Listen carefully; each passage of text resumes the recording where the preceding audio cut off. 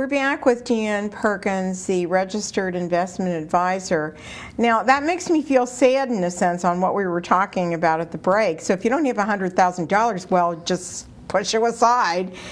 There's got to be more to this little deal than just, I mean, you have to be smart about this. So if I have $20 or if I have $100 each month, that maybe and I don't consider myself a little old lady and probably will never think of myself as a little old lady. I can't imagine that. Yeah, I can't imagine it at all. But I think I should be doing something. I could take some money and put it aside. Sure. And do something with it, because if I can afford to gamble $100 that I'm not afraid to lose, then I can invest it maybe in something or do something with it.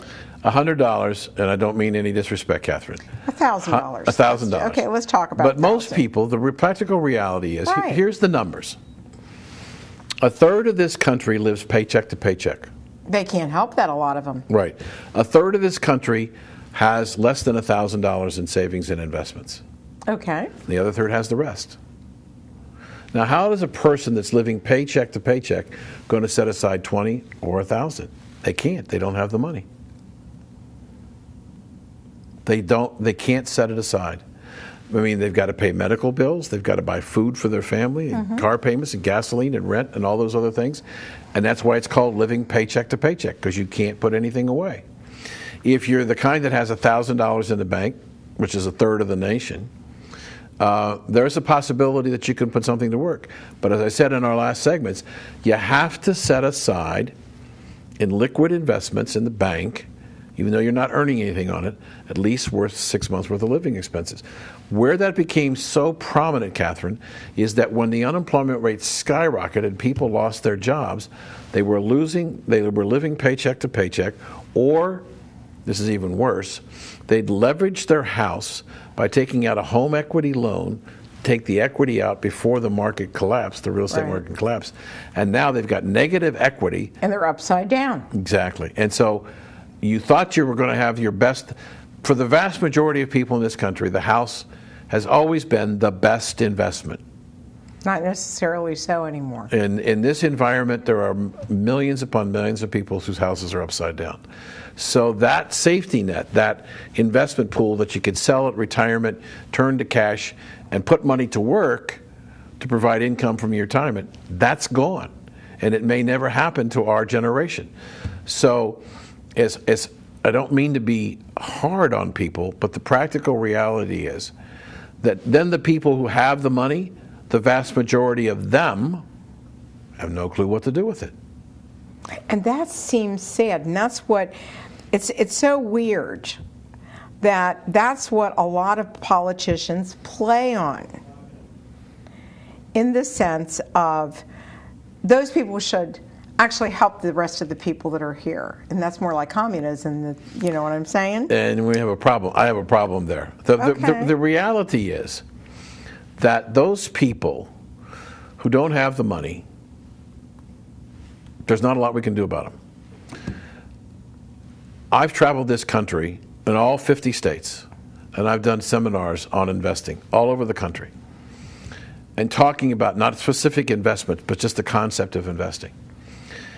And here's a question that I ask every presentation I do.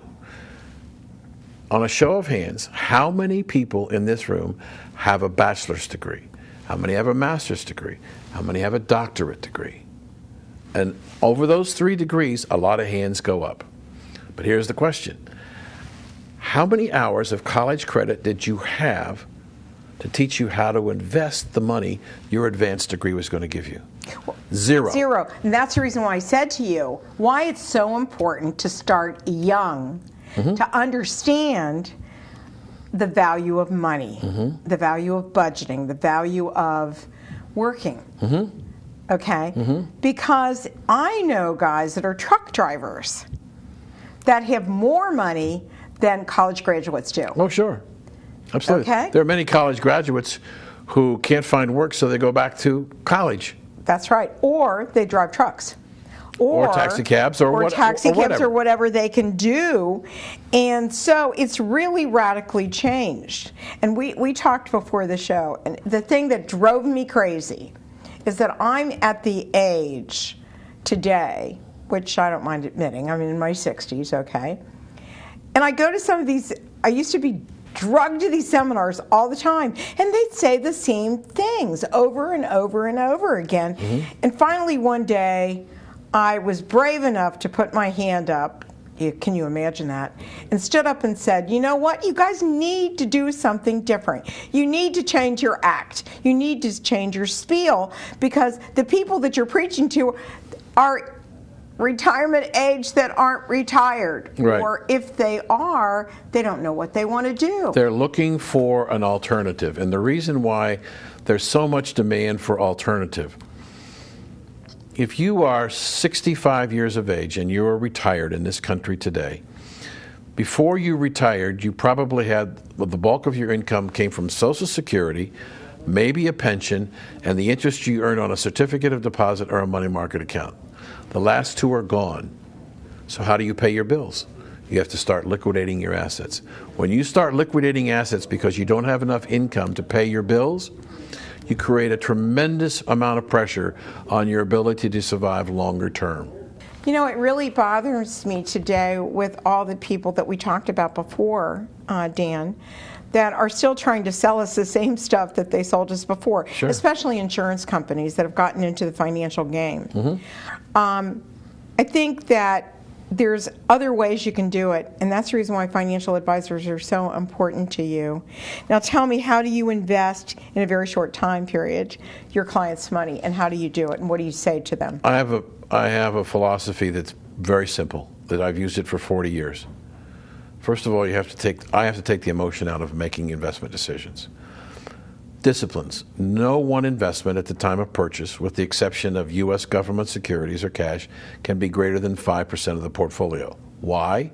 Because it provides diversification. If I screw up and that 5% doesn't do well or goes bust, it doesn't destroy the portfolio.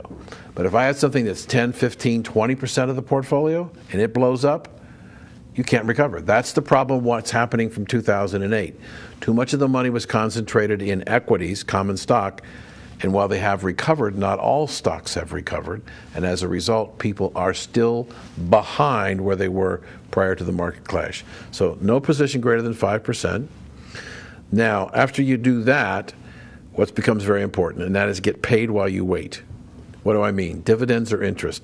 65% of the 100-year return of the S&P 500 came from the dividends that were paid, not from the appreciation of the stock. Dividends are important, very important. And lastly, put your money in the most tax-efficient structure you can to produce the highest possible returns.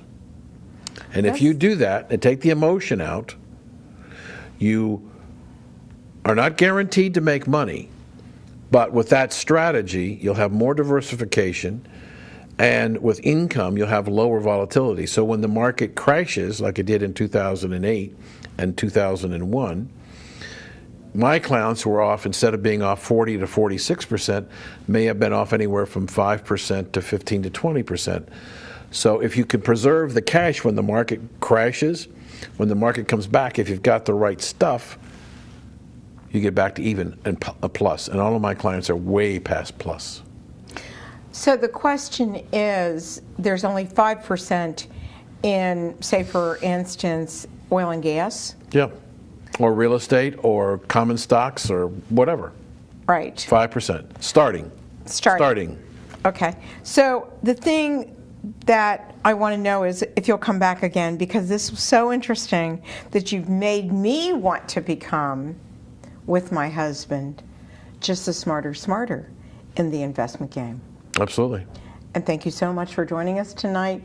And where can people go really quick? I think it's going to be on the bottom of the screen with my blog address. It's www.moneyinmot.blogspot.com. And don't forget that our website is Born B-4 64. That's B-O-R-N, the initial B, the number 4, and the number 64.com. And you'll be able to see our television shows on. We're all syndicated. We're also on community access. We're on everything, including YouTube. And thank you again for joining us tonight. My pleasure, Kathryn. And we'll see you next time on Born Before 64. Don't forget to join us.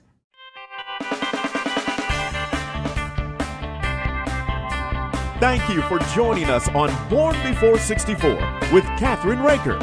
For more information on our show, check out our website at www.bornbefore64.com.